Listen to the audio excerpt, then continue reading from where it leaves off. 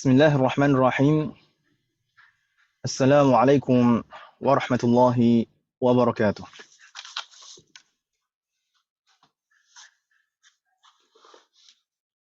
Alhamdulillahil barril jawadi alladhi jallat ni'amuhu 'anil ihsa'i bil a'dadi al-mani bil lutfi wal irsyadi al-hadi ila sabilir rasyadi al-muwaffiqi lit tafaqquhi fid din man latafa bihi wa ikhtarahu minal 'ibadi.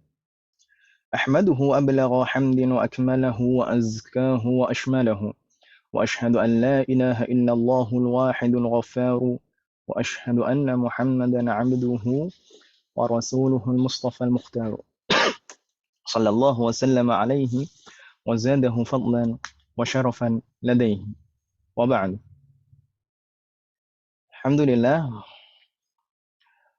Alhamdulillah dengan taufik dengan rahmat dari Allah Subhanahu wa taala kita bisa bertemu di hari ini. Dan ana ucapkan jazakumullahu khairan katsiran pada asatidzah dan ustadzat sekalian yang telah menyempatkan waktu untuk kegiatan pagi hari ini. Sebelumnya ana minta maaf. Kalau misalkan uh, mungkin kelihatan agak lemes atau kadang nanti batuk-batuk karena memang kondisi ana masih belum terlalu 100%. Taib. Insyaallah kita langsung saja agenda kita atau uh, uh, agenda pertemuan kita pagi ini insyaallah ada 3 hal. Di sana yang pertama adalah pengenalan Markaz Salman Al-Farisi dan programnya. Kemudian yang kedua adalah pembekalan seputar pendidikan dan dakwah. Dan yang ketiga adalah pelatihan metode pembelajaran yang akan diterapkan pada program talaqi kita. Asatidzah dan ustadzah sekalian, untuk yang agenda pertama dan kedua nanti insyaallah dengan ana sendiri. Sedangkan untuk yang ketiga nanti mungkin dilanjutkan dengan Ustadz Muhammad Ridho. Dan seandainya saja kalau nanti waktunya tidak cukup sampai jam 10, mungkin kita lanjutkan sisanya di pekan depan. Tayyib. Tapi mudah-mudahan nanti cukup. Asatidzah sekalian, langsung saja yang pertama mengenai Markaz Salman Al-Farisi dan program-programnya. Mungkin sebagian dari asatidzah dan ustadzat sekalian ada yang sudah sedikit mengetahui tentang markas kita. Baik, mengenai penamaan markas kita yaitu Markas Salman Al-Farisi, ini sebenarnya bermula dari ketika itu dulu kita memulai dakwah itu di Masjid Salman Al-Farisi. Kita dulu ada kegiatan di Masjid Salman Al-Farisi. Masjid Salman Al-Farisi itu di Jakarta Timur, di Komplek Haji Ten, Jakarta Timur.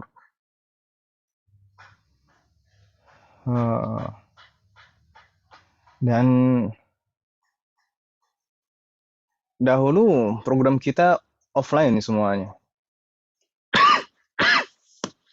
Dulu program kita offline semuanya. Dan di sana dulu kita kalau tidak salah semenjak tahun sekitar 2015-an kita mulai mengadakan taklim di sana. Itu programnya offline semuanya. Di sana dulu ada program Al-Qur'an juga, tahsin dan tahfidz. Kemudian ada bahasa Arab juga dan ada kelas fikih juga dan ada kajian umum ada akidah, sirah, fikih dan lain-lain. Jadi dahulu aslinya program kita itu offline.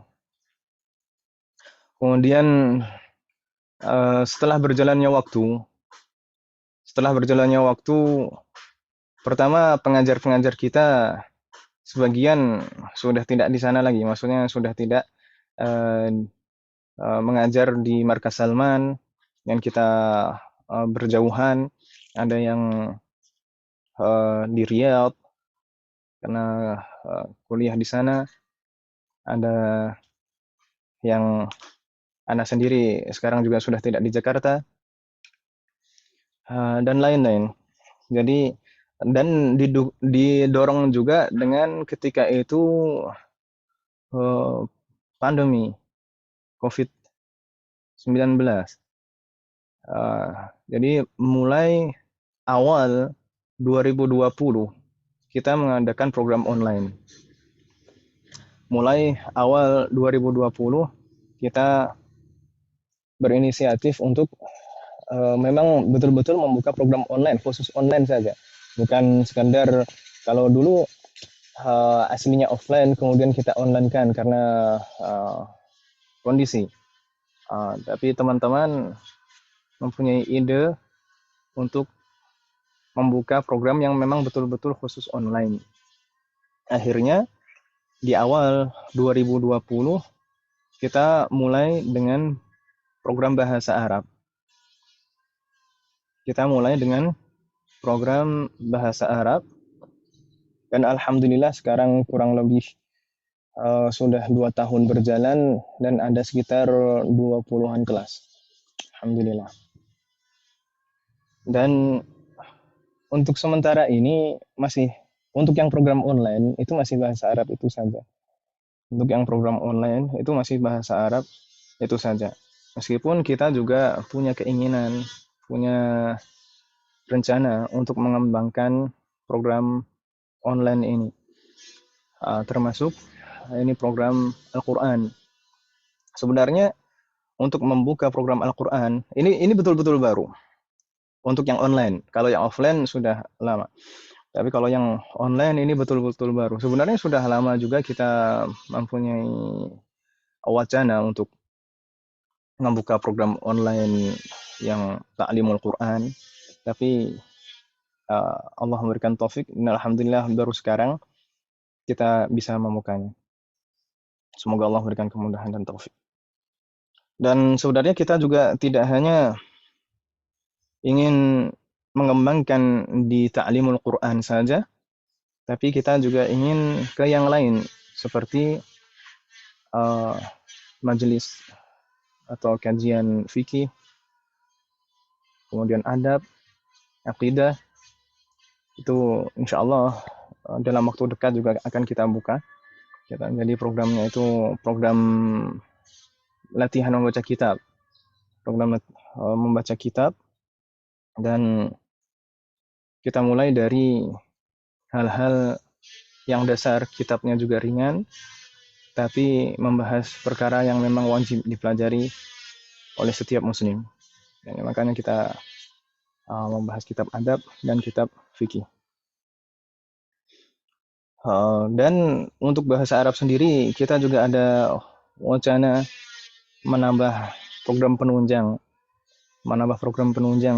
di tengah pekan. Di sana insya Allah akan ada kegiatan seperti Fahmul Masmu', Muhadatsah, kuis, dan lain-lain. Itu bagi siapa yang ingin mengikuti saja. Baik. Mengenai markas kita ini, sebenarnya arahnya kemana? Markas kita ini adalah lembaga dakwah yang arah kita itu mendidik umat. Harapan kita adalah mendidik umat. Dengan dimulai dari hal-hal yang wajib dipelajari bagi setiap muslim. Kita harus paham di sana ada hal-hal yang hukumnya wajib dipelajari oleh setiap muslim. Kalau nggak mempelajarinya berdosa. Dan ini juga mungkin kita perlu tekankan kalau misalkan kita punya keluarga, kita punya anak, kita punya eh, jamaah, kita punya murid-murid, kita perlu menekankan hal-hal ini sebelum hal-hal yang lain yang sifatnya itu nggak wajib dipelajari. Hal-hal yang wajib dipelajari itu apa? Setidaknya di sana para ulama menyebutkan ada 5. Ini saya ringkas ada 5. Baik. Tiga yang pertama itu adalah akidah. Kemudian yang kedua adalah fikih. Yang ketiga adalah suluk atau adab. 3 hal ini wajib hukumnya dipelajari. Jadi seorang muslim disebut muslim yang baik itu kalau baik tiga-tiganya. Baik akidahnya, baik fikihnya, dan baik adabnya. Akidah Akidah ini terkait dengan keyakinan.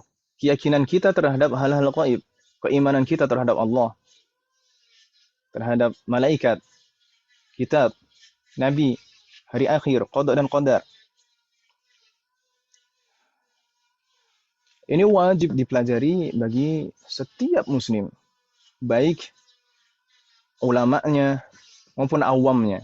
Baik penuntut ilmunya atau bukan yang penuntut ilmu. Semua orang wajib mempelajari. Demikian juga dengan fikih. Fikih itu terkait dengan hukum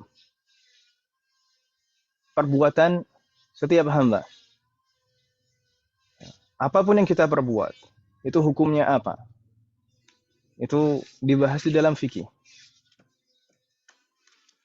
Terutama hal-hal yang berkenaan dengan keabsahan amalan kita. Itu wajib dipelajari oleh setiap muslim. Para ulama membagi fikih itu menjadi 4. Ada fikih ibadah, ada fikih muamalah, ada fikih munakahat atau fikih usrah. Dan yang terakhir ada fikih jinayat. Setidaknya tiga yang pertama itu yang wajib dipelajari oleh setiap muslim. Karena setiap muslim nanti akan mengalaminya. Baik ibadah, muamalat. Kita tidak akan bisa terhindar dari muamalat selama kita masih hidup. Dan munakahat, insya Allah setiap orang akan mengalami fikih usrah atau fikih nikah. Demikian juga dengan adab, adab atau suluk. Adab ini para ulama juga membaginya menjadi 3. Adab kita sehari-hari, adab kita terhadap sesama manusia, dan adab kita terhadap Allah. Tiga-tiganya itu harus baik jika ingin dikatakan sebagai muslim yang baik. Tidak bisa dikatakan sebagai muslim yang baik. Misalnya kalau misalkan fikihnya baik, adabnya baik, tapi akidahnya tidak baik, tidak bisa dikatakan sebagai muslim yang baik. Justru bisa jadi setiap amalannya tidak diterima. Demikian juga kalau fikihnya baik, kalau misalkan fikihnya baik, fikihnya baik, akidahnya baik, kalau adabnya tidak baik, tidak bisa dikatakan sebagai muslim yang baik juga. Kalau misalkan adabnya baik, akidahnya baik, tapi fikihnya tidak baik juga bukan muslim yang baik. Jadi semuanya harus seimbang. Harus seimbang. Porsinya harus seimbang, harus baik semuanya. Justru kalau misalkan kalau misalkan lebih porsinya lebih banyak adab misalkan, itu justru malah bahaya. Karena semuanya akan diukur dengan perasaan. Jadi semuanya harus seimbang. Semuanya harus seimbang. Jadi kalau misalkan adabnya baik, nah, kemudian fikihnya nggak tahu, kemudian akidahnya nggak paham, itu justru tidak baik. Semuanya akan diukur dengan perasaan. Misalkan dulu mungkin pernah kita mendengar, nggak tahu antum pernah mendengar tidak dulu? Eh, Dulu di Kota Malang ada pernah mantan petinju. Dia sholat itu, dia mikir, sholat ini kalau pakai bahasa Arab itu nggak paham. Lalu fungsinya sholat itu apa? Jadi nggak terlalu bisa menghayati. Akhirnya dia sholat dengan bahasa Indonesia. Itu dia tidak paham fikih, kemudian dia mengukur segala sesuatu dengan adab, dengan perasaan. Itu tidak baik juga. Baik. Kemudian setelah tiga hal itu kita juga wajib mengajarkan Al-Quran. Ada akidah, fikih, adab, kemudian Al-Quran. Para ulama mengatakan, "Allimu abna'akum al-Qur'ana qabla kulli syai'." Ajarkan kepada anak-anak kita Al-Quran sebelum segala sesuatu, sebelum segala hal. Al-Quran. Di Al-Quran ini juga harus ditanamkan kepada anak-anak kita sejak dini, kepada murid-murid kita, kepada umat. Masih banyak sekali, masih banyak umat yang bacaan Al-Qur'annya masih belum baik. Bacaan Al-Qur'annya masih belum benar. Dan harapan kita dengan program kita ini juga akan memperbaiki kondisi masyarakat di dalam membaca Al-Qur'an. Dan hal kelima yang wajib dipelajari juga adalah sirah tentang Nabi kita Muhammad SAW. Setidaknya kita juga harus menanamkan kepada anak-anak kita, murid-murid kita, kepada umat, mengenalkan tentang sosok Nabi kita, keluarga beliau, istri-istri beliau, anak-anak beliau. Ini disebutkan di dalam kitab Fathul Mu'in. Beliau mengatakan menanamkan pengetahuan tentang sirah ini juga wajib bagi orang tua pada anaknya dan bagi guru kepada murid-muridnya. Jadi setidaknya tadi kita membahas apa? Jadi lembaga kita ini adalah lembaga dakwah yang arahnya kita adalah untuk mendidik umat. Mendidik umat dan kita mulai dari hal-hal yang wajib dipelajari oleh setiap muslim. Setidaknya 5 itu. Adapun bahasa Arab, ada pelajaran bahasa Arab juga.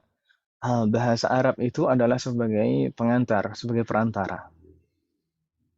Maksudnya bagaimana? Dengan kita mulai dengan bahasa Arab, itu banyak yang bisa menerimanya. Alhamdulillah, antusiasme umat, masyarakat untuk belajar bahasa Arab itu baik. Dan insya Allah tidak ada yang akan beranggapan belajar bahasa Arab itu sesat, insya Allah. Jadi kita mulai dengan pembelajaran bahasa Arab selama ini, itu harapan kita sebagai perantara untuk dikenal oleh masyarakat, dan setelah itu tahapan selanjutnya adalah kita memperbaiki hal-hal lain dari nggak ada kameranya umat pakai kita. foto profil. Baik. Jadi misalkan asatidzah dan ustadzat sekalian nanti kalau misalnya mengajar Al-Quran, tidak masalah, tidak mengapa kalau misalkan suatu ketika atau dalam satu pertemuan itu disisipi nasihat-nasihat. Karena setiap kita membutuhkan nasihat. Disisipi nasihat-nasihat tentang akidah, fikih, adab, dan lain-lain. Baik.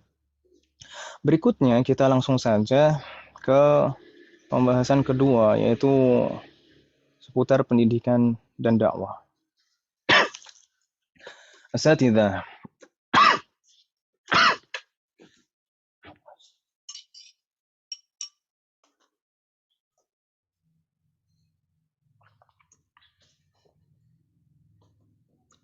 Baik,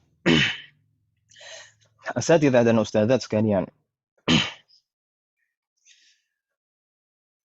kita harus menyadari, bahwasanya kita kita di sini, posisi kita saat ini adalah sebagai pendidik dan dai, sebagai pendidik dan dai atau da'iyah. Kenapa? Karena di saat kita belajar ilmu syar'i, kita wajib mengamalkannya. Apakah berhenti di situ saja? Mengamalkan untuk diri sendiri? Tidak.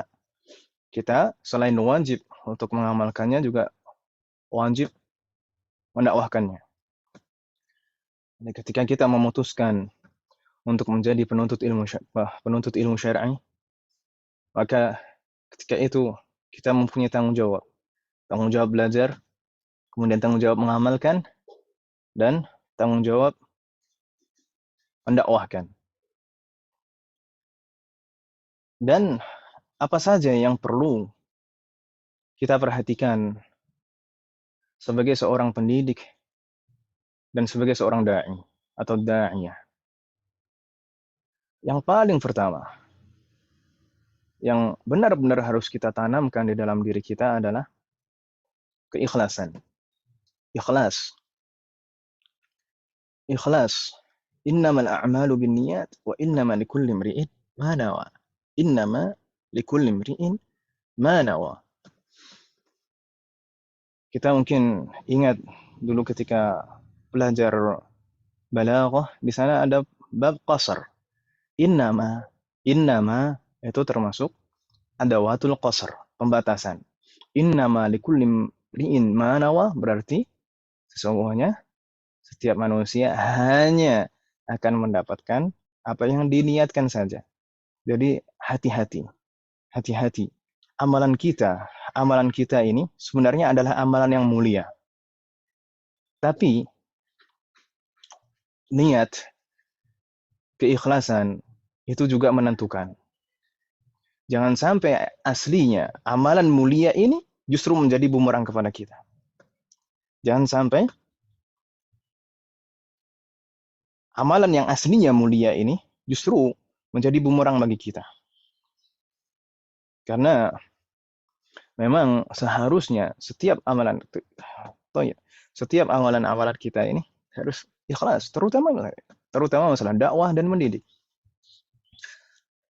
Karena dakwah, mendidik itu adalah ibadah.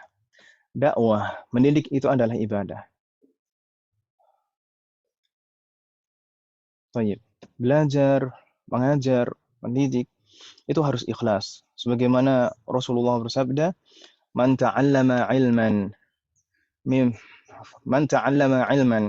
mimma yabtaghi bihi wajhullah la yata'allamuhu illa liyusiba bihi 'aradan min ad-dunya lam yajid 'arfal jannah yaumal qiyamah."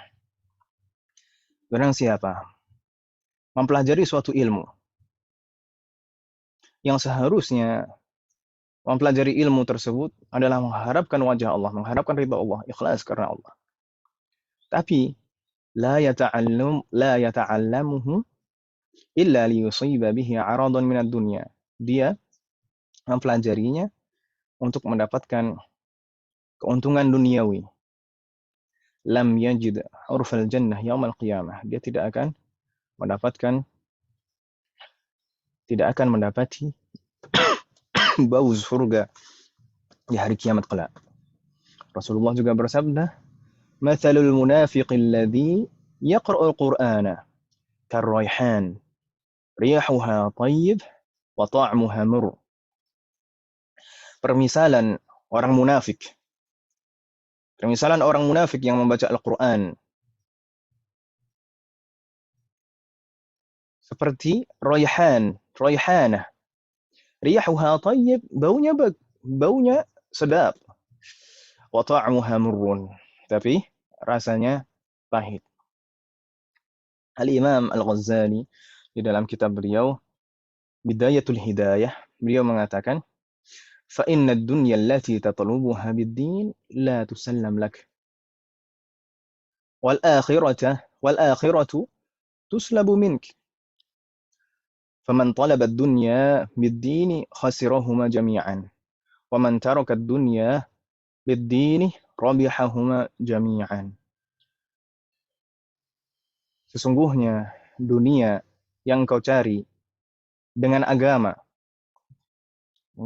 Sesungguhnya dunia yang kau cari dengan agama. La tusallamu lak. Tidak akan diberikan kepadamu. Dunia tidak akan diberikan kepadamu. Karena engkau mencari dunia dengan perkara agama. Wal akhiratu tuslabu mink. Dan akhirat juga akan dicabut darimu. Faman talaba dunya bid-din khasirahuma jami'an. Barang siapa mencari dunia dengan perkara agama, maka dia akan rugi dua-duanya, rugi dunia dan akhiratnya, rugi dunia dan akhiratnya. Wa man taraka dunya lid-din, dan barang siapa meninggalkan dunia untuk agamanya, rabihahuma jami'an. Dia akan mendapatkan kedua-duanya. Kita sangat menekankan di awal ini mengenai keikhlasan asatidzah dan ustadzat sekalian. Karena pengaruhnya sangat besar. Pengaruhnya sangat besar. Pengaruh terhadap diri kita sendiri nanti baik di dunia maupun di akhirat. Juga pengaruh dalam proses mengajarnya. Juga pengaruh terhadap muridnya juga. Karena seorang pengajar yang mengajar tanpa keikhlasan, dia mengajar hanya sebatas rutinitas. Dan kalau dia tidak mendapatkan keuntungan duniawi, dia tidak akan semangat mengajar. Dan itu juga akan berdampak kepada murid kita. Jadi jangan dikira. Kadang ada murid yang susah sekali paham. Lambat sekali. Itu jangan dikira 100% itu selalu muridnya yang salah. Kita sebagai pengajar, itu juga harus introspeksi.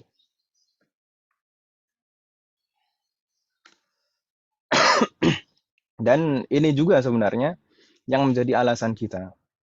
Kenapa kita rekrutmen guru, rekrutmen pengajar, itu tidak membuat pengumuman. Dari dulu memang kita tidak pernah membuat pengumuman rekrutmen pengajar.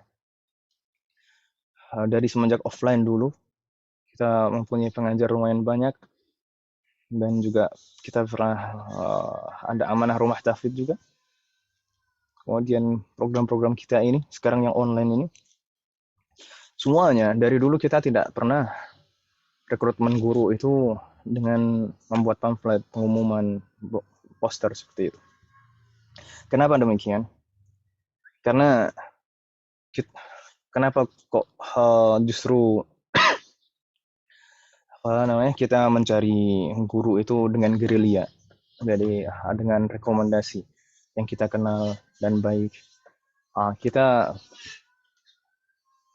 melakukan seperti itu karena kita menentukan kriteria-kriteria.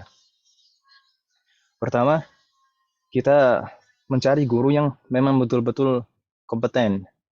Kita mencari guru yang memang kompeten dalam bidangnya. Yang memang bisa menguasai bidang yang akan diajar.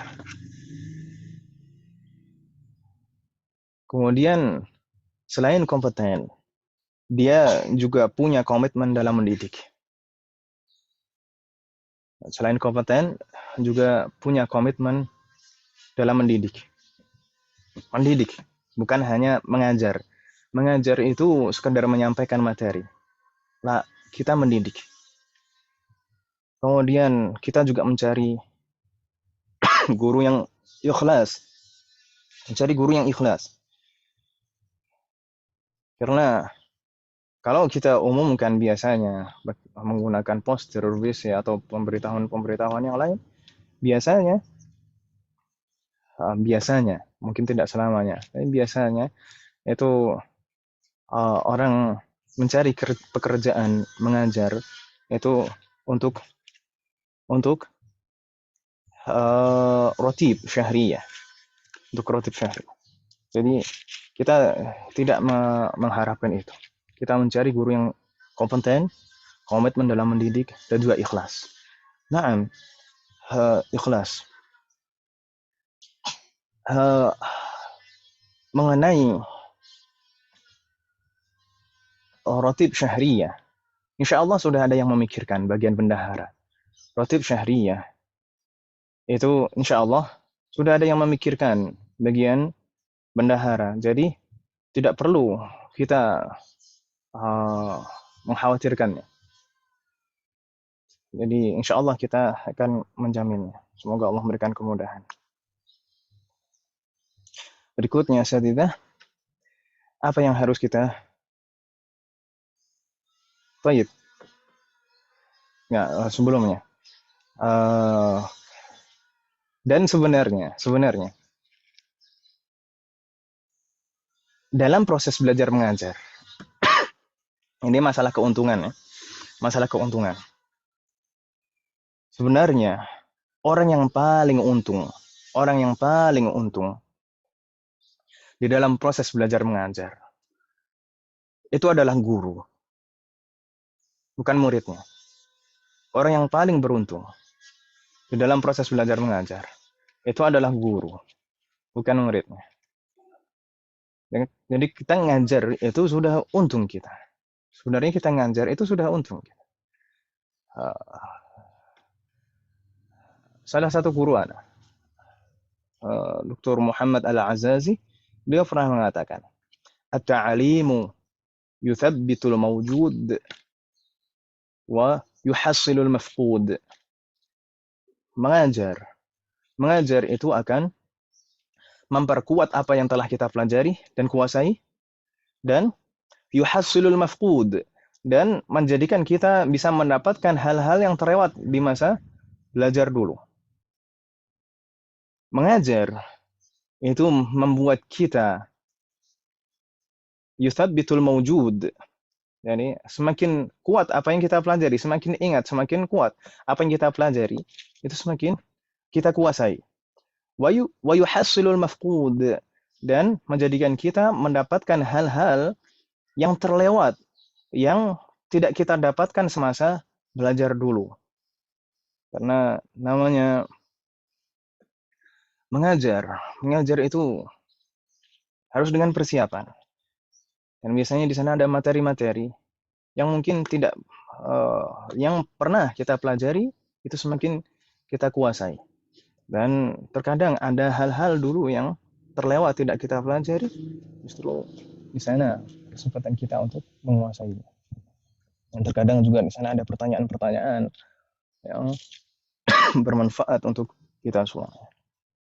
Baik. Sebagai pengajar, sebagai pendidik dan dai,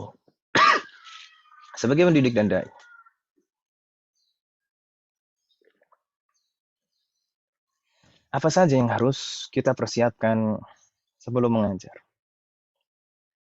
Sebelum mengajar,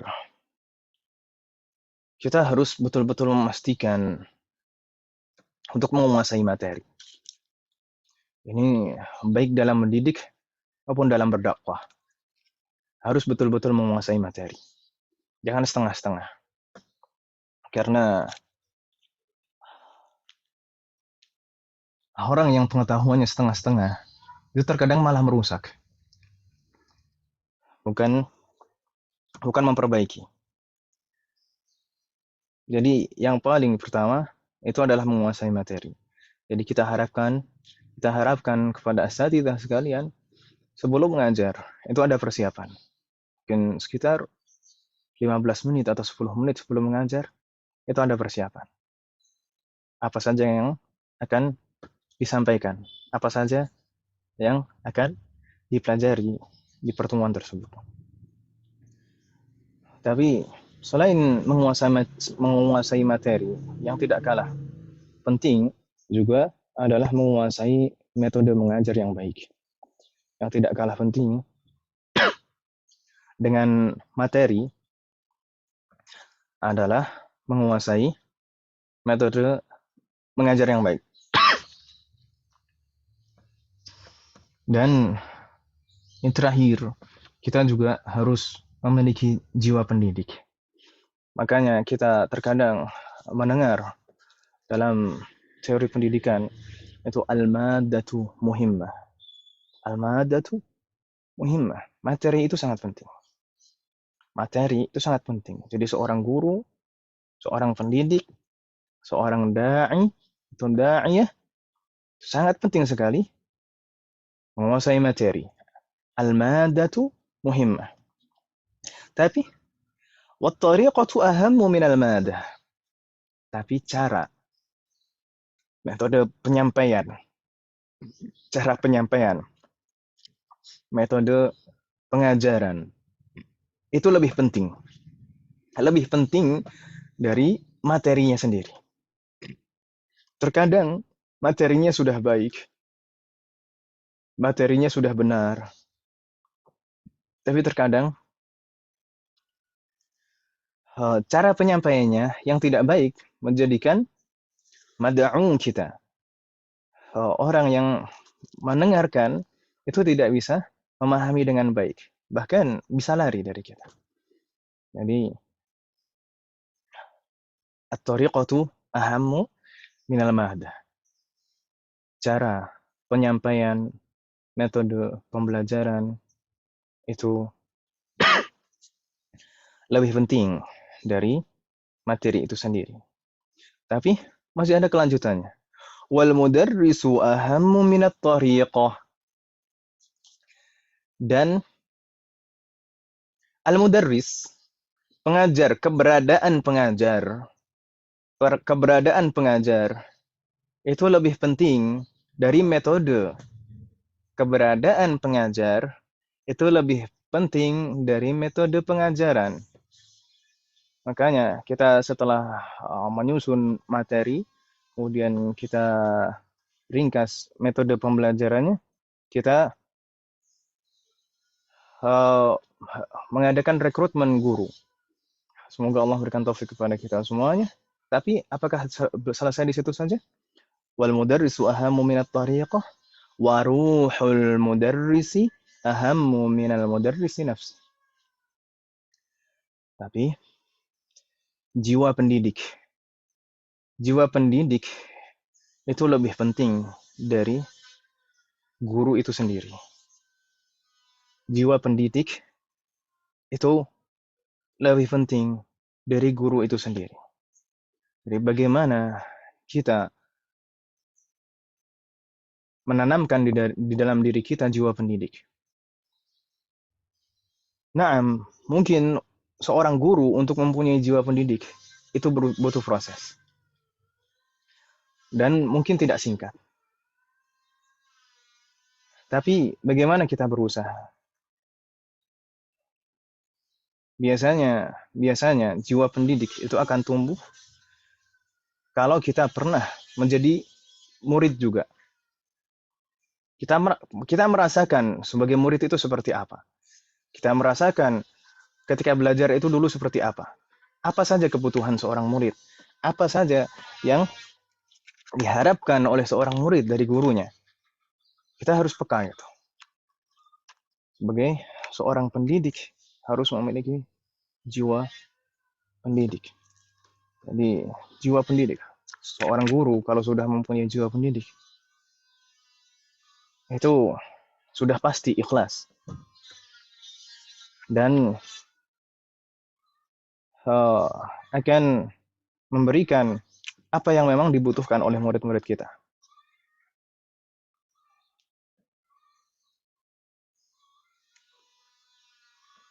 Baik, mungkin ini saja yang Anda sampaikan. Berikutnya mungkin akan disampaikan yang sesi ketiga, yaitu tentang metode pembelajaran yang akan kita terapkan di program Talaqi. Ini akan disampaikan oleh Ustaz Muhammad Ridho. Tafadhal Ustaz.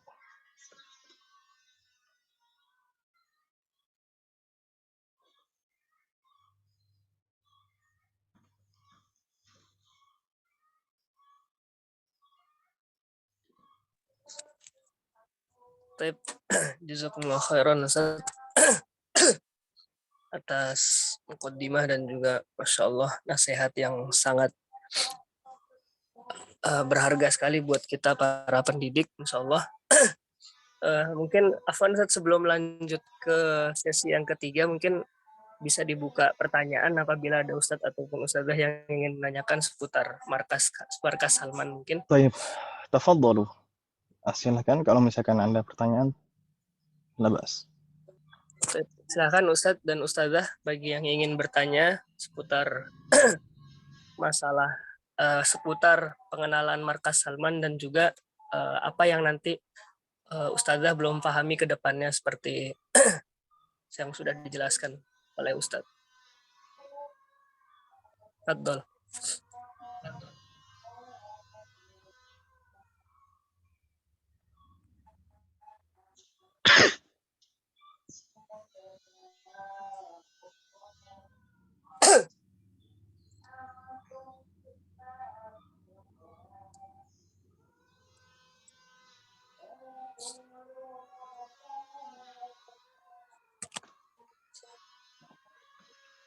Ya, Ustadz, mungkin belum ada yang belum kenalan tuh, Ustadz. Ada yang baru.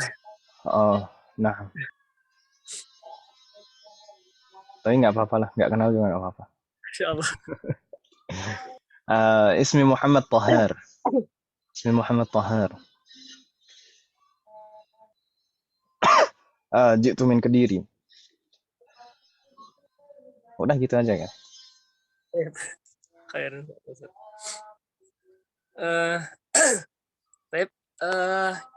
Mungkin masih malu saat untuk kalau misalnya untuk bertanya langsung bisa di chat saja, tidak apa-apa.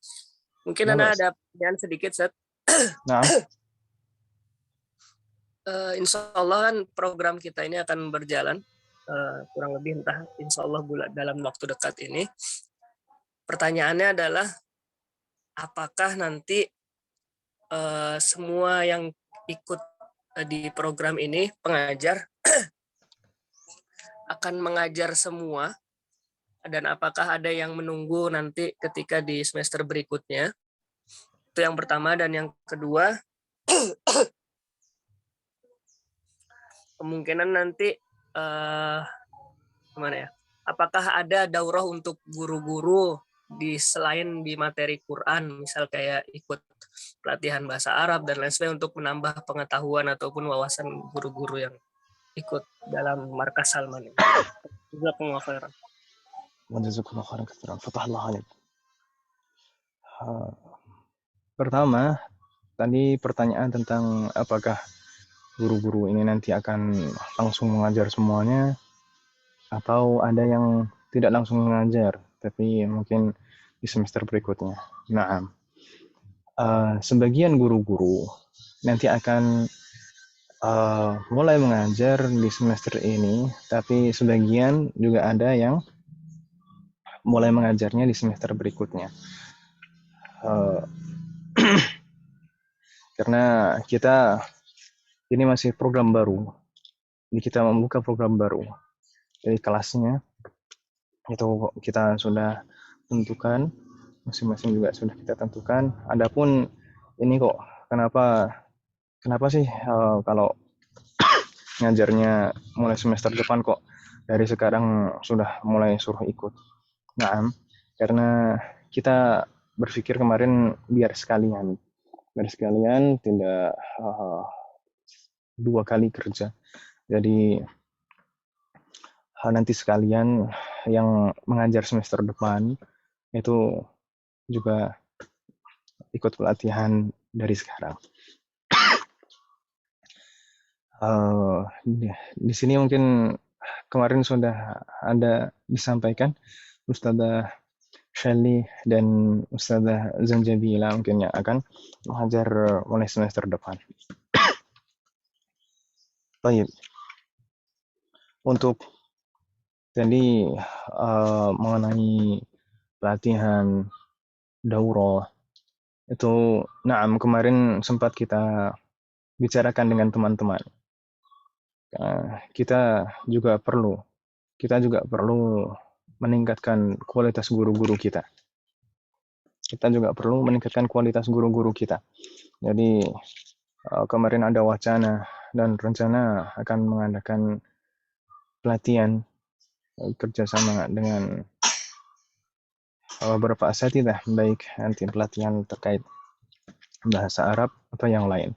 Nah, kalau misalkan mengenai misalkan ilmu-ilmu syar'i yang lain, itu mungkin anjuran saja. Tapi kalau misalkan nanti kita mengadakan misalkan pelatihan, kemarin baru ada wacana itu dengan Ustadz Budiansyah, itu nanti akan wajib untuk semua mengajar. Tapi kalau misalkan ilmu-ilmu syar'i yang lain, mungkin akan kita berikan kabar dan itu anjuran. Misalkan ikut daurah fikih, misalkan seperti itu. Gitu saja. Kalau misalkan mau ikut yang program baca kitab itu juga nggak apa-apa.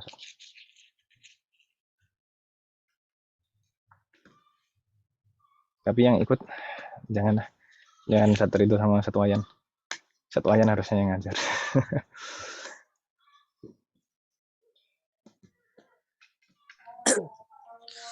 Masya Allah, jazakumullah khairan Ustaz. Insya Allah ya seperti yang sudah dijelaskan oleh Ustazuna ya, Insya Allah untuk kedepannya ada beberapa yang langsung mengajar di semester ini dan juga insya Allah akan ada mengajar yang di semester depan sesuai dengan kebutuhan ya pastinya setelah insya Allah. Nah, seperti itu. Jadi mohon dipersiapkan nanti insya Allah nanti akan kita jelaskan bagaimana penyampaian materi dan juga kira-kira materinya seperti apa. Dan juga untuk pengembangan kualitas insya Allah nanti akan ada daurah ataupun pelatihan yang insya Allah akan disiapkan oleh markas seperti itu saja insya Allah. Nah, insya Allah. Satu ayan yang ingin mengisi, masya Allah ya, masrur insya Allah. Nahnu surur bisurur insya Allah. Mungkin ada pertanyaan lagi, ada 3 menit lagi sampai jam 9 insya Allah. Sebelum melanjutkan ke sesi berikutnya. Tafadhol.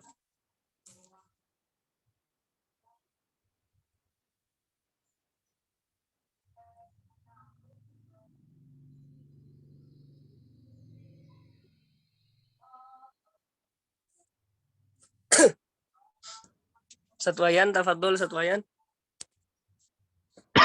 Ustazah, tafadholu. Tafadholna.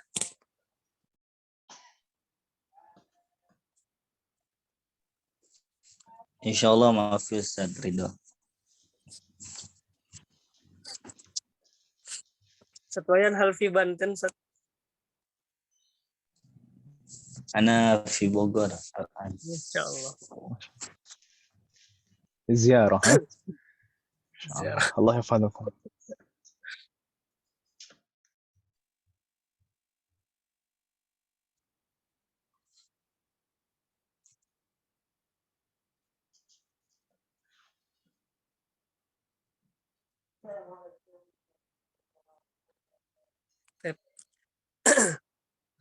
Insya Allah langsung saja Ustaz ya. Naam. Bismillahirrahmanirrahim. Assalamualaikum warahmatullahi wabarakatuh. Waalaikumsalam warahmatullahi wabarakatuh. Alhamdulillahirabbil alamin. Wassalatu wassalamu ala habibil Mustafa Muhammadin sallallahu alaihi wasallam wa ala alihi wa ashabihi wa man tabi'ahum bi ihsanin ila yaumiddin, amma ba'du. Qala Allah ta'ala fil Qur'anil Karim, qala rabbi shrah li sadri wa yassir li amri wahlul 'uqdatam min lisani yafqahu qawli ila akhiril ayat. Amma ba'd. Baik, jazakumullah khairan kepada Ustadz dan Ustadzah yang sudah meluangkan waktunya untuk bersama-sama berkumpul, bermusyawarah dalam rangka berdakwah seperti yang sudah disampaikan oleh Ustadz kita, Ustadz Tohar, Masya Allah. Ya, semoga langkah awal kita yang baik ini, niat awal kita ini, Allah senantiasa berikan petunjuk dan juga Allah berikan balasan yang berlipat ganda. Amin ya rabbal alamin. Baik, sebagaimana yang sudah dijelaskan Ustadz Tohar tadi, alhamdulillah ya kita sudah berkumpul kurang lebih ada 7 ataupun 6 yang insya Allah siap untuk membantu jalannya dakwah ini dengan baik dan semoga Allah ridhonya. Amin. Alhamdulillah ini adalah program yang baru yang insya Allah sudah dicanangkan beberapa bulan lalu, mulai dari Ramadan Ustaz ya. Nah, Mulai dari bulan Ramadan, ya alhamdulillah Allah berikan kemudahan. Ya, semoga apabila ada masukan dan juga ide-ide itu bisa dituangkan di sini juga. Ya, karena kita tidak menutup Ustaz ya, tidak terlalu kaku apabila memang ada ustadz ataupun ustadzah yang mempunyai ide ataupun saran. Ini seperti ini, bagusnya seperti ini. Insya Allah itu bisa disampaikan kepada pihak markas seperti itu. Insya Allah pembelajaran kita namakan dengan talaki ya Ustaz ya. Kemarin nah, kepanjangannya Ustaz itu Ustaz. ta'lim Al-Quran online. Seperti itu. Ta'lim Al-Quran Online. Ya, insya Allah seperti itu. Nah, adapun program talaki ini, insya Allah kita akan bagi menjadi 3 level atau 3 mustawa sesuai dengan tingkat kemampuan santri ataupun calon pelajar dan dengan masa belajar yang berbeda-beda. Seperti itu. Ya, jadi nanti akan kita bagi menjadi 3 mustawa sesuai dengan kemampuan para pelajar dan juga dengan masa yang berbeda-beda. Kemudian pertemuan yang akan kita laksanakan itu kurang lebih seperti yang sudah disampaikan di awal, kurang lebih dalam 1 pekan itu 1 kali minimal. Ya, apabila nanti ingin mempunyai halakoh lagi, nanti akan kita bagi juga halakohnya siapa-siapa saja yang insya Allah siap untuk mengajar di mustawa ini. Dengan durasi kurang lebih 1,5 jam atau sekitar 90 menit ya. 90 menit secara online. Ya, di antara Sabtu ataupun Ahad. Makanya di formulir kita tuliskan di sana siap mengajar di hari Sabtu atau Ahad. Boleh pagi, Enggak, siang. sebenarnya nggak harus Sabtu Ahad. Kalau misalkan hari aktif pun juga nggak masalah kalau misalkan mau dan bisa, nggak masalah.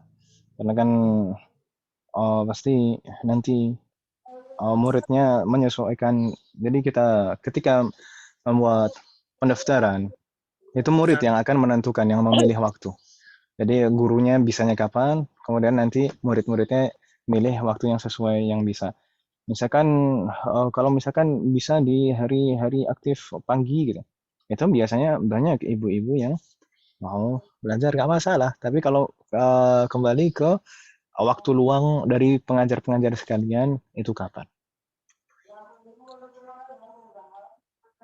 Baik, jazakumullah khairan. Insyaallah ya, jadi menyesuaikan waktunya tergantung pengajarnya bisa di hari apa dan di jam berapa. Seperti itu. Baik. Selanjutnya tadi masalah waktu mengajar sudah. Ya, insya Allah dengan durasi kurang lebih 90 menit. Kalau lebih boleh satu, insya Allah Ustaz ya. Yang kurang dan lain sebagainya, insya Allah silahkan dikembangkan masing-masing. Kemudian adapun materi yang kita pakai, ya ini adalah insya Allah, alhamdulillah sudah dapat izin juga. Insya Allah ada kita mix ya, sudah kita sudah kita programkan. Di sana ada sedikit metode At-Tibyan dan juga dari Iqra Ustaz ya, insya Allah. Dari Iqra yang itu insya Allah menunjang untuk eh, apa namanya, contoh ataupun dalam tatbiknya, ya. Tatbik bisa lebih di Al-Qur'an. Naam. Seperti itu. Kalau maddah atau muqarrar yang dipakai itu asasnya adalah at-tibyan yang dipakai di Wadi Mubarak katanya. Nah, Tapi kita kembangkan karena namanya manusia itu tidak ada sempurna dan ciptaan manusia juga tidak ada yang sempurna. Kita kemarin melihat ada sedikit kekurangan, yaitu terkait dengan masalah latihannya, praktek latihannya di metode atipian itu kurang. Akhirnya kemarin kita sisip-sisipkan latihan-latihan dari Iqra, kita sisipkan ke atipian.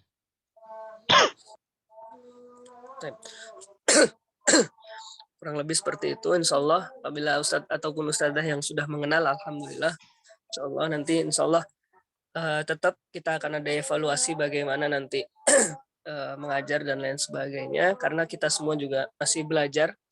Apabila memang ada yang mempunyai ide ataupun saran nanti bisa disampaikan. Oke.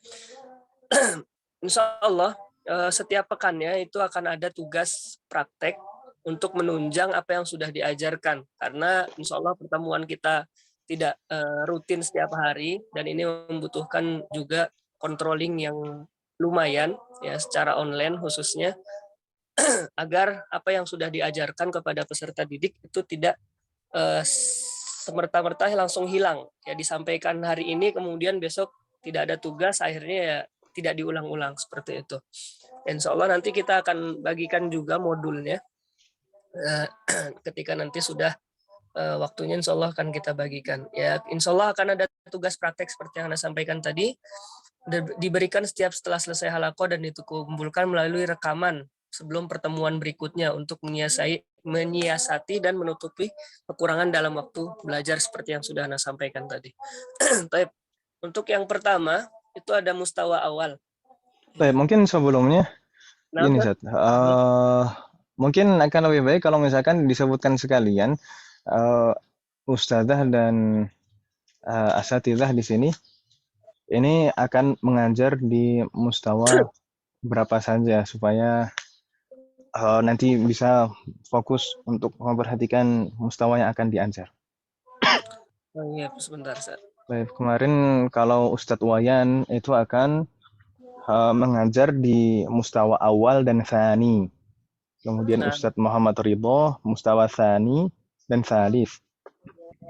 Kemudian Ustadzah Harifah sama Ustadz Wayan ini, Ustadz.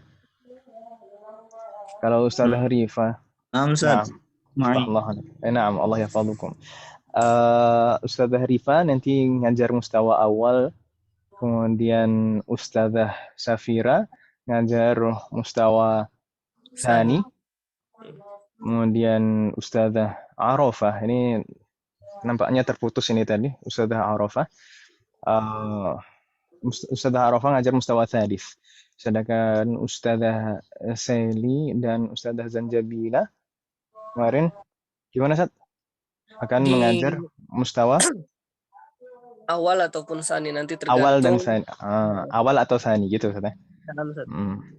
Yang Ustadzah Seli dan Ustadzah Zanjabila nanti akan mengajar di mustawa awal atau mustawa tsani.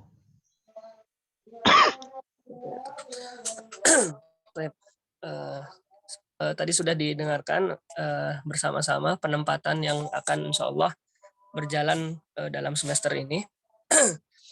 Untuk mustawa awal, insya Allah masa belajar kurang lebih 4 bulan. Ya, kurang lebih 4 bulan sesuai dengan kurikulum yang sudah kemarin sudah dicanangkan. Insya Allah kurang lebih itu 4 bulan ya masa belajarnya. Dan mustawa awal diperuntukkan bagi peserta didik yang belum mengenal huruf hijaiyah, seperti mohon maaf mu'alaf atau lanjut usia yang baru belajar membaca Al-Quran. Afwan, sebelumnya ini dipotong dulu sedikit. Jadi kemungkinan nih, mungkin banyak yang bertanya-tanya, apakah nanti peserta didik kita dari usia berapa sampai jadi lupa disampaikan. Nah, pembelajaran semua program kita itu ada usia minimal, tapi tidak ada usia maksimal. Usia minimal itu 13 tahun. Semua program kita itu berjalan seperti itu. Usia minimal 13 tahun dan tidak ada batas maksimal. Jazakumullah khairan. Ya, jadi Karena insyaallah kalau sudah usia 13 itu insya Allah sudah bisa diarahkan lah, bisa diajak ngobrol. Masya Allah. Ya, jazakumullah khairan Ustaz. Insya Allah Ustadz dan Ustadzah sudah ada bayangan ya siapa yang akan diajar dari usia berapa sampai berapa seperti yang tadi disampaikan oleh Ustadz. Ya, makanya tadi di mustawa awal itu insya Allah diperuntukkan bagi peserta didik yang belum mengenal huruf hijaiyah seperti mu'alaf ataupun lanjut usia yang baru belajar membaca Al-Qur'an. Seperti itu. Kemudian mustawa sani untuk metode nanti insya Allah. Kemudian mustawa sani insya Allah masa belajarnya kurang lebih 6 bulan diperuntukkan bagi yang sudah mengenal dan bisa membaca huruf hijaiyah akan tetapi belum menguasai kaidah tajwid. Nah, jadi mustawa sani ini insya Allah lebih banyak ke kaidah ya, kaidah dalam ilmu tajwid seperti itu. Tadi yang mustawa awal adalah benar-benar sama sekali belum pernah mengaji atau pernah mengaji tapi udah lama sekali misal di waktu kecil dan lain sebagainya. Dan di mustawa sani ini adalah peningkatannya yang sudah mengenal huruf hijaiyah kan tapi membacanya itu tidak lancar dan juga tidak paham kaidah seperti itu. Dan di mustawa salis itu juga kurang lebih masa belajar 6 bulan diperuntukkan bagi yang sudah bisa membaca huruf hijaiyah ataupun membaca kalimat dalam Al-Qur'an dan menguasai kaidah tajwid namun masih butuh perbaikan dalam bacaannya. Ya, jadi masih adalah nul khofi atau yang harus diperbaiki. Jadi itu bisa dinamakan dengan tahsin ya. Jadi ini insya Allah lebih banyak ke tatbik, lebih banyak ke praktek daripada hanya di kaidah ataupun contoh-contoh yang pendek. Jadi lebih ke nanti insya Allah masuk di juz 30 untuk tahsin ya. Adapun metode ataupun tahapan pembelajaran, kita ambil contoh misal di huruf hamzah ya, huruf halki saja contoh. Ya, kita masuk di mustawa awal. Nah, tahapan yang pertama setelah muqaddimah dan lain sebagainya, mungkin ada motivasi dan lain sebagainya. Ya, kita kenalkan dengan huruf ini yaitu huruf hamzah. Ya, kita kenalkan bagaimana cara penulisan dan lain sebagainya. Insyaallah nanti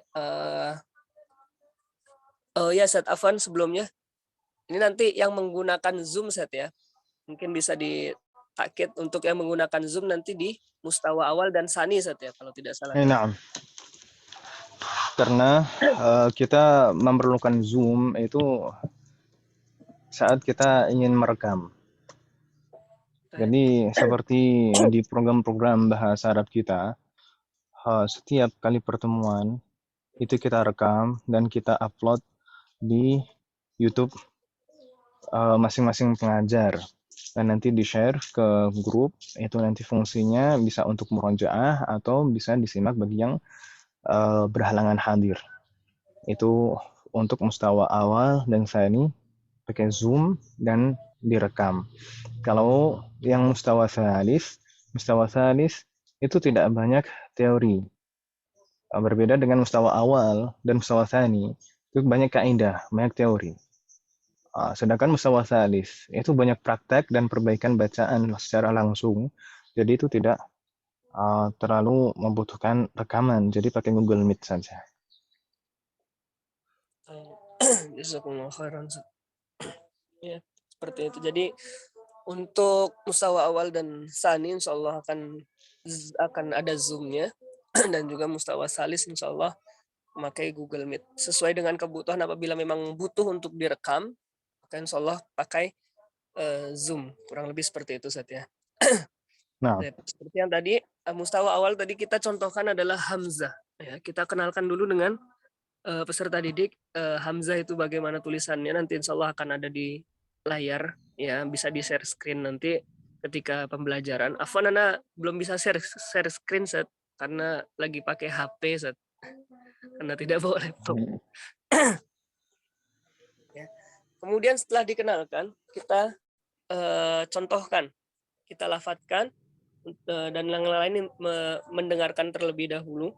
Ya, kita contohkan dengan berharokat, misal A, ya, sambil dicontohkan bagaimana cara membuka mulut, ya, agar memperjelas, karena ini online, ya, takutnya ada sinyal yang tidak luas jaringannya ataupun kurang lancar jaringannya, maka diulang kurang lebih sekitar 5 kali agar karena peserta kita itu dari bermacam-macam usia, khususnya bagi yang usia lanjut, ya, itu perlu untuk sangat dijelaskan, ya, dicontohkan, dan kemudian setelah diulangi kurang lebih 5 ataupun lebih boleh, kemudian meminta untuk peserta didik untuk mengikuti.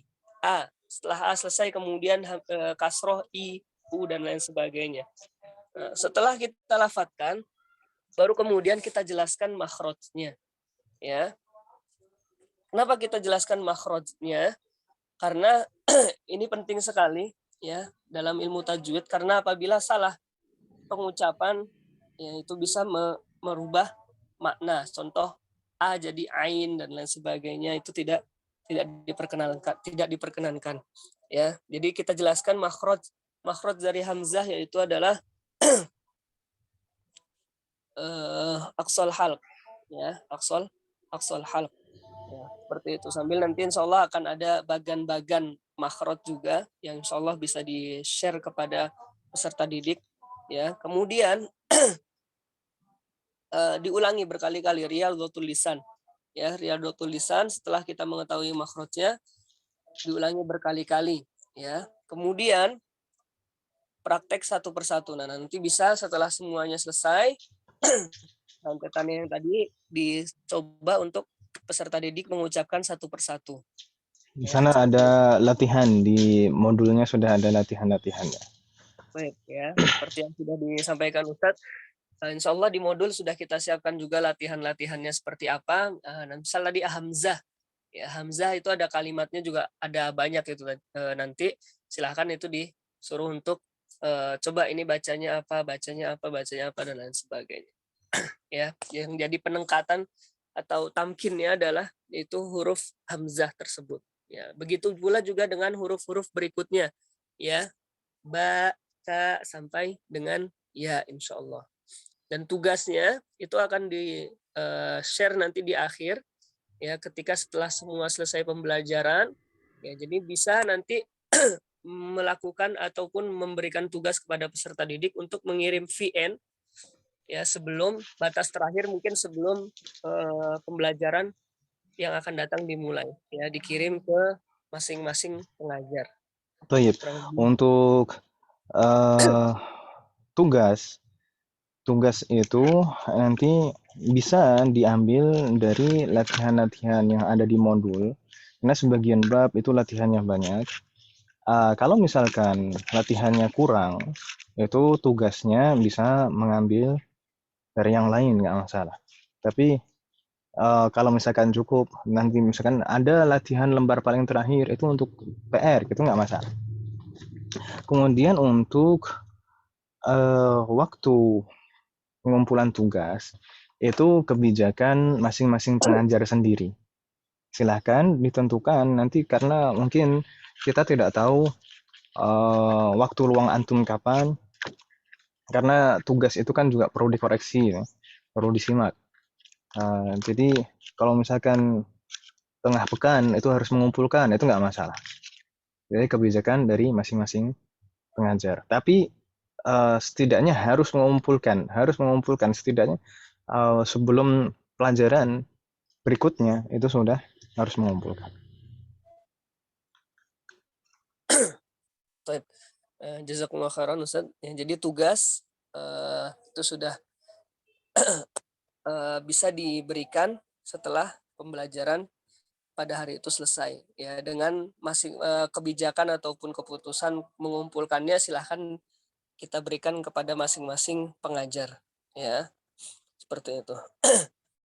Baik, kemudian kita lanjut ke mustawasani, ya seperti yang sudah disampaikan tadi. Mustawasani dengan durasi belajar insya Allah kurang lebih 6 bulan, ya diperuntukkan bagi yang sudah mengenal dan bisa membaca huruf hijaiyah namun belum menguasai kaidah tajwid, ya. Mungkin banyak, ya, banyak dari peserta didik insya Allah sehingga insya Allah nanti, ya, mungkin nanti akan ada yang sudah bisa membaca ataupun ya kurang bisa tapi belum tahu kaidah-kaidahnya. Misal kayak ini namanya hukumnya apa, matnya mat apa dan lain sebagainya. Itu nanti insya Allah kita masukkan ke mustawasani. Ya, untuk informasi insya Allah untuk calon pelajar juga akan ada tes untuk penempatan penempatan mustawa. Ya, cocoknya di mustawa awal, mustawa sani atau mustawa salis. Kurang lebih seperti itu.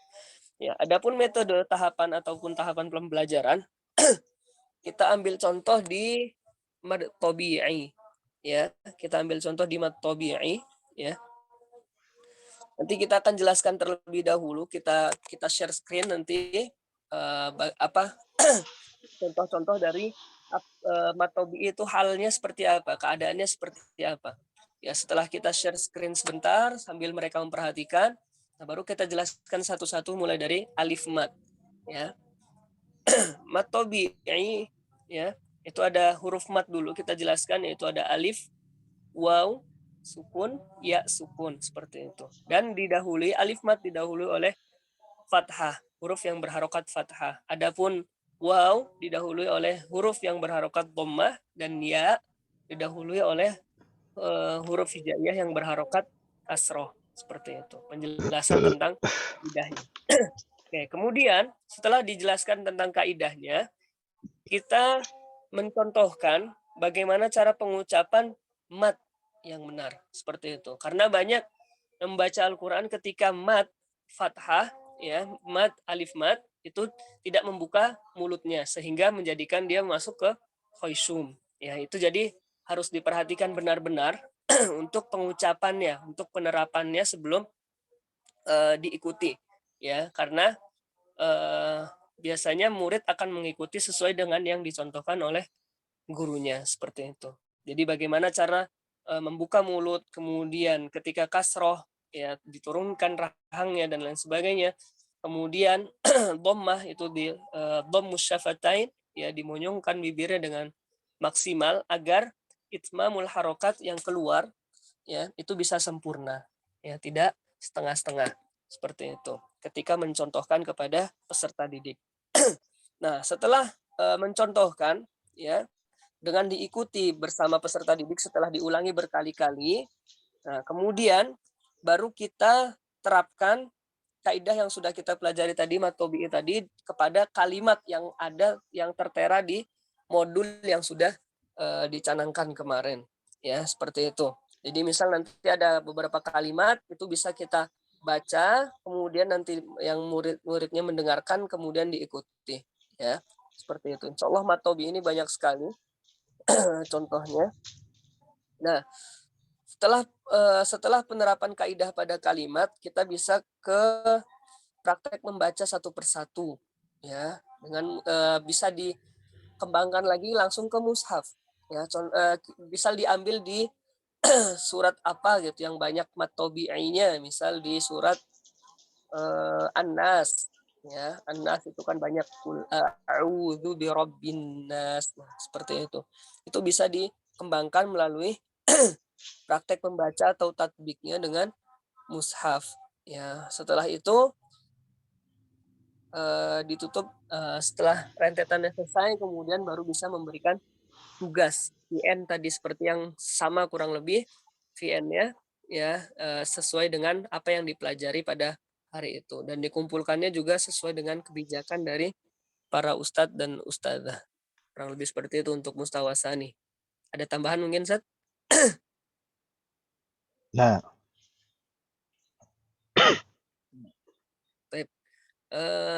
Selanjutnya di mustawa salis, ya.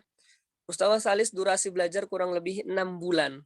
Ya, diperuntukkan bagi yang sudah bisa membaca dan menguasai kaidah tajwid, namun masih butuh perbaikan dalam bacaannya.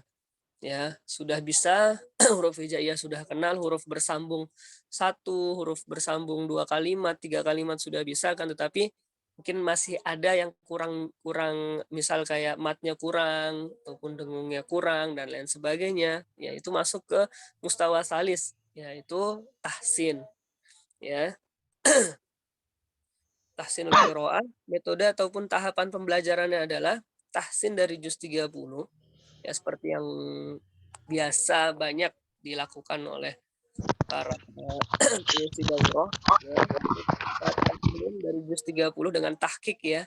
Usahakan dengan tahqiq karena lebih jelas dan juga lebih terarah, ya, kalau misalnya menggunakan tahqiq di tahsin ini. Ya.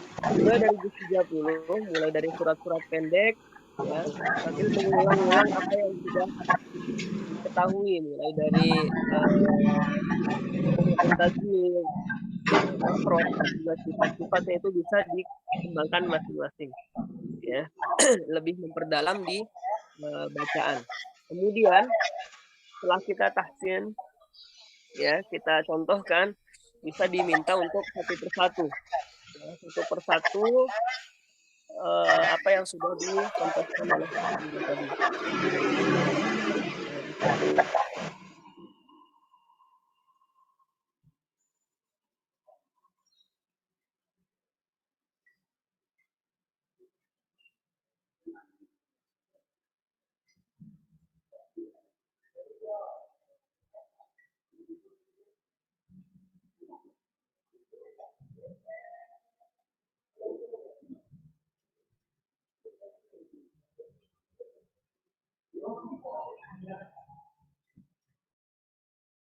daripada di materi. Materinya hanya sedikit insya Allah yang goribah saja. Kemudian di mustawa salis itu ada ujian evaluasi setiap 2 bulanan untuk peserta didik. Ya. Ujian evaluasi setiap 2 bulanan untuk peserta didik untuk mengetahui perkembangan, oh ini sudah layak untuk memulai tahfidz atau tidak, kurang lebih seperti itu. Kurang lebih seperti itu. Mungkin ada tambahan Ustaz, di evaluasi khusus, evaluasi 2 bulanan.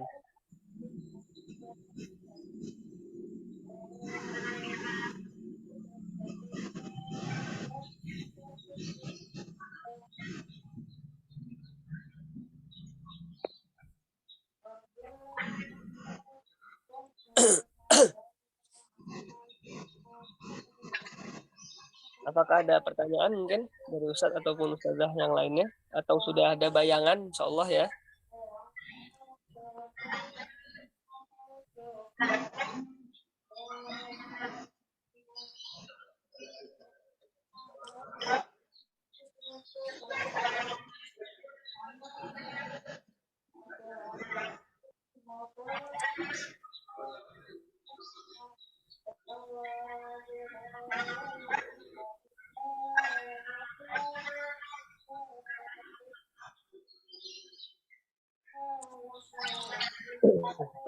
Ada pertanyaan?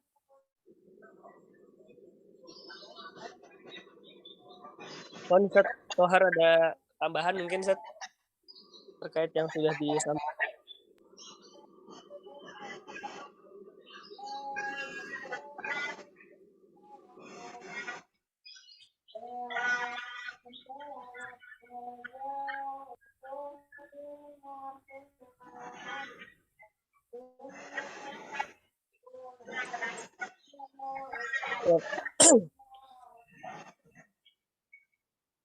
Insya Allah wadih Ustaz, satu ayan wadih Ustazah. Insya Allah wadih Ustaz Ridho. Alal yakin Ustaz. Ya karena fi syak saufa as'alukum wadih.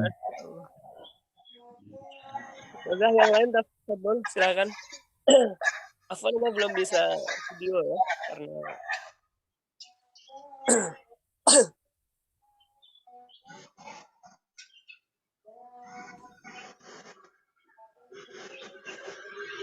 sambil menunggu Satohar ya, untuk jangan kemana-mana dulu.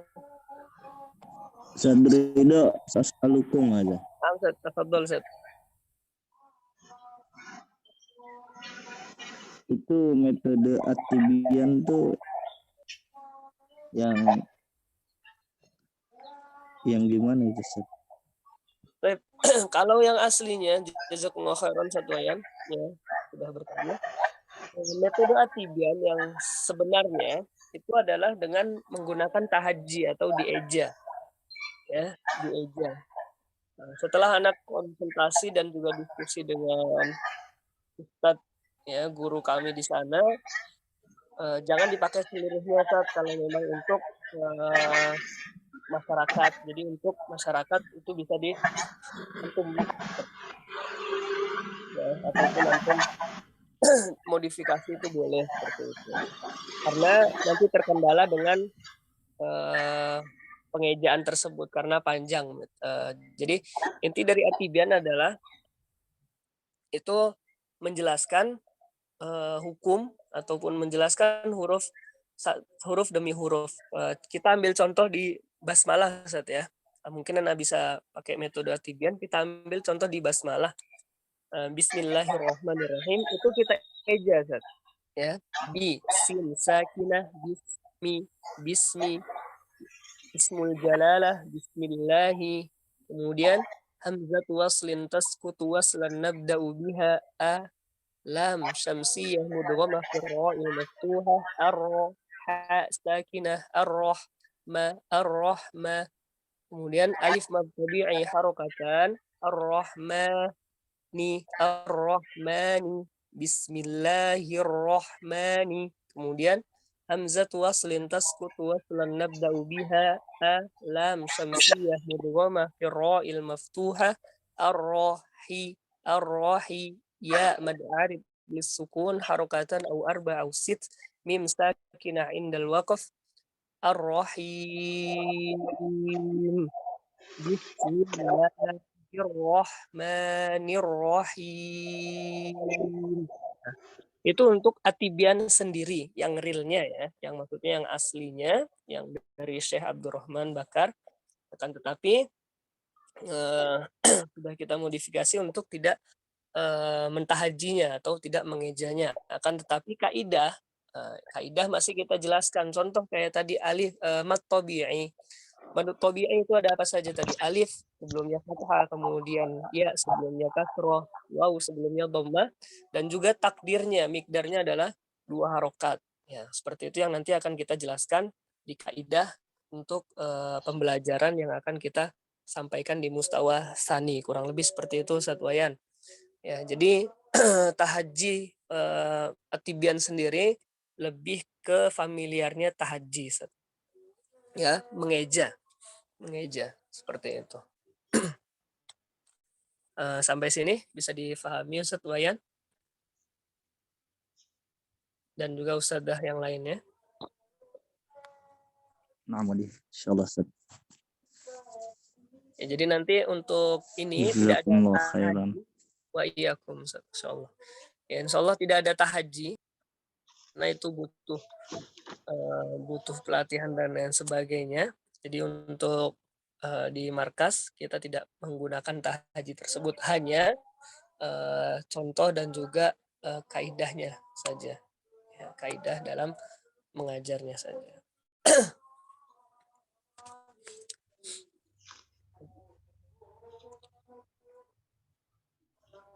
Fon Satohar sudah hadir? Naam. Ma'adziratan. Sudah, Sat. Sudah dijelaskan tadi. Alhamdulillah sudah selesai, Ustaz. Alhamdulillah sudah selesai. Akan tapi mungkin bisa ditambahkan, Sat, ada apabila ada yang kurang, khususnya di Mustawa Salis yang ada ujian evaluasi setiap 2 bulanan itu mungkin seperti apa, Sat, evaluasinya biar mungkin bisa ada bayangan. Baik. Untuk Mustawa Salis itu masa belajarnya kan 6 bulan. Kemudian setiap 2 bulan itu diadakan evaluasi untuk mengetahui sejauh mana peningkatan kemampuan murid kita. Dan apakah nanti misalkan, jadi pertama kita setiap kali evaluasi sebenarnya semua program kita bahasa Arab pun juga demikian. Jadi ujian atau evaluasi itu sebenarnya itu tujuan utamanya itu bukan nilainya, tapi itu menjadi momentum. Setiap kali kita adakan evaluasi atau ujian, itu menjadi momentum bagi murid-murid kita untuk memurajaah semua materi-materi yang lalu. Dan lebih serius, biasanya seperti itu. Adapun evaluasi 2 bulanan, itu untuk mengetahui peningkatan kemampuan murid-murid kita. Sedangkan untuk yang paling terakhir nanti di bulan ke-6 itu ada evaluasi juga. Berarti kan 2 bulan, 2 bulan, 2 bulan. Di terakhir bulan ke-6 misalnya. Nah, itu menentukan kelayakan apakah sudah layak untuk lulus atau belum. Jadi kalau untuk khusus yang mustawa thalith ini 6 bulan itu sebenarnya adalah waktu minimal belajar. Kalau misalkan setelah 6 bulan layak untuk diluluskan, ya maka diluluskan. Tapi kalau misalkan harusnya masih belajar lagi, ya masih belajar lagi, nggak masalah dilanjutkan. Harapannya nanti kalau setelah selesai lulus dari mustawa thalith, nanti bisa dilanjutkan ke program berikutnya. Kita juga mewacanakan program tahfidz. Jadi kalau nanti bacaannya sudah bagus prakteknya, nanti bisa dilanjutkan ke program tahfidz. Cuman untuk program tahfidz kita masih menggodok ya. Semoga Allah memberikan taufik. Baik. Kalau untuk yang lain, misalkan mustawa awal dan mustawa tsani, kalau suatu ketika, nah, terutama mustawa awal, nanti terkadang kemampuan belajar orang itu kan berbeda-beda. Ada yang cepat sekali, terkadang. Nanti juga ada ujian atau evaluasi akhir. Jadi kalau mustawa awal itu di bulan ke-4 ada evaluasi akhir. Nanti ada ya sebenarnya per bulan saja, Ustaz Muhammad tadi itu. Per bulan itu ada murajaah amah. Ada mengulang atau evaluasi untuk semua materi yang lalu. Dan nanti paling terakhir nanti evaluasi untuk semua materi. Nanti kalau misalkan sudah menguasai materi di sana, maka bisa lanjut ke mustawa tsani. Demikian juga dengan mustawa tsani, nanti setiap bulannya itu biasanya ada evaluasi. Nanti insya Allah akan kita share kurikulumnya, RPP-nya. Jadi setiap pertemuan pertama apa, pertemuan kedua apa, pertemuan ketiga apa, dan akhir bulan evaluasi. Nanti juga ada evaluasi akhir. Misalkan mustawa tsani di akhir nanti ada ujian. Kalau misalkan udah layak, maka bisa lanjut ke mustawa berikutnya. Itu saja. Baik, Ustaz. Jazakumullah khairan. Ya, seperti yang sudah disampaikan Ustaz Tohar, insya Allah dalam kurikulum yang sudah kita canangkan itu akan ada murojaah ammah setiap bulannya, ya mencakup apa yang sudah dipelajari dalam sebulan tersebut, entah itu sebatas kuis ataupun pertanyaan-pertanyaan, ya itu bebas. Dan juga seperti yang disampaikan Ustaz Tohar tadi, jangan lupa untuk senantiasa memotivasi peserta didik nanti, karena apalagi insya Allah peserta didik kita nih masya Allah ya, yang orang-orang yang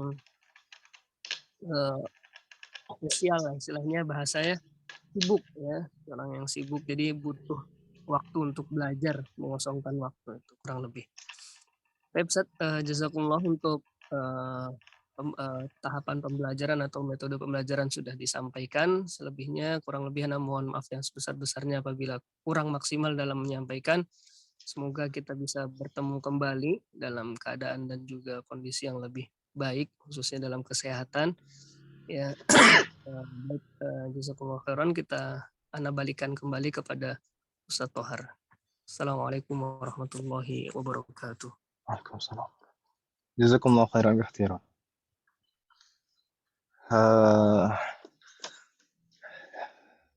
Karena sebenarnya tadi mau istirahat, Cep. Mau Ana serahin ke antum aja. Udah antum tutup itu. Baik. Alhamdulillah, dengan ini berarti kita sudah menyelesaikan agenda kita hari ini. Tiga-tiganya sudah selesai, alhamdulillah. Jadi kita tidak memerlukan pertemuan tambahan di pekan depan. Insya Allah dalam waktu dekat kita akan mengumumkan pembukaan program ini dan pendaftaran. Nanti mungkin juga kita minta tolong kepada asatidzah sekalian untuk share info pendaftaran program kita. Kemudian nanti untuk kapan mulai belajarnya, insya Allah kita akan beri tahu di pengumuman itu juga. Dan nanti ketika sudah mulai program belajar kita, sebagaimana program belajar kita yang lain, yaitu misalkan seperti bahasa Arab gitu, kita untuk semua pengajar itu ada pertemuan rutin satu bulan sekali. Satu bulan sekali, biasanya hari Kamis malam. Hari Kamis malam, Kamis pertama setiap bulannya. Kamis pertama setiap bulannya Ba'da Isya. Itu nanti kita harapkan juga asatidzah sekalian untuk bisa hadir untuk evaluasi bulanan. Jadi kita jadikan satu untuk evaluasinya dengan bahasa Arab untuk menyingkat waktu. Karena kenapa kok harus ada pertemuan evaluasi? Karena evaluasi itu penting. Ana diajarkan sejak dulu, sejak di ma'had. Ketika kita menjalankan program, itu harus ada perencanaan program. Itu pertama, perencanaan program. Kemudian ada pelaksanaan. Dan yang ketiga adalah monitoring. Dan yang keempat adalah evaluasi. Evaluasi itu penting.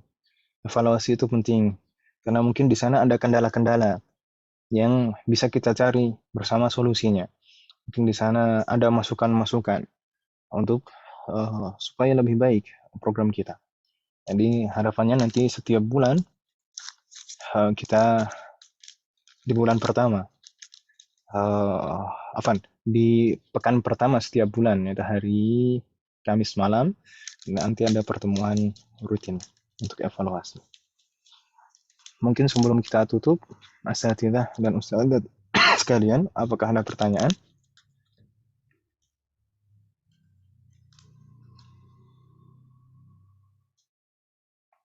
La yujad? Paham insyaallah. Ntar kalau ada yang bertanya misalnya ya. Baik.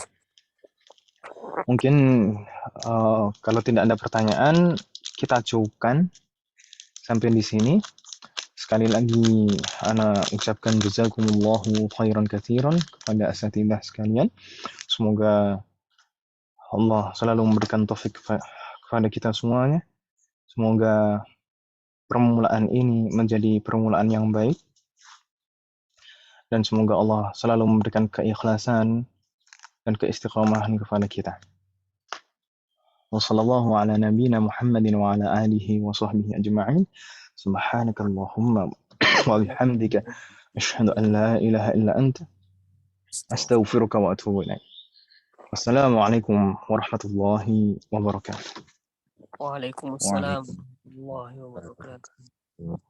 Jazakumullah khairan, Ustaz. Wa jazakumullahu khairan katsiran.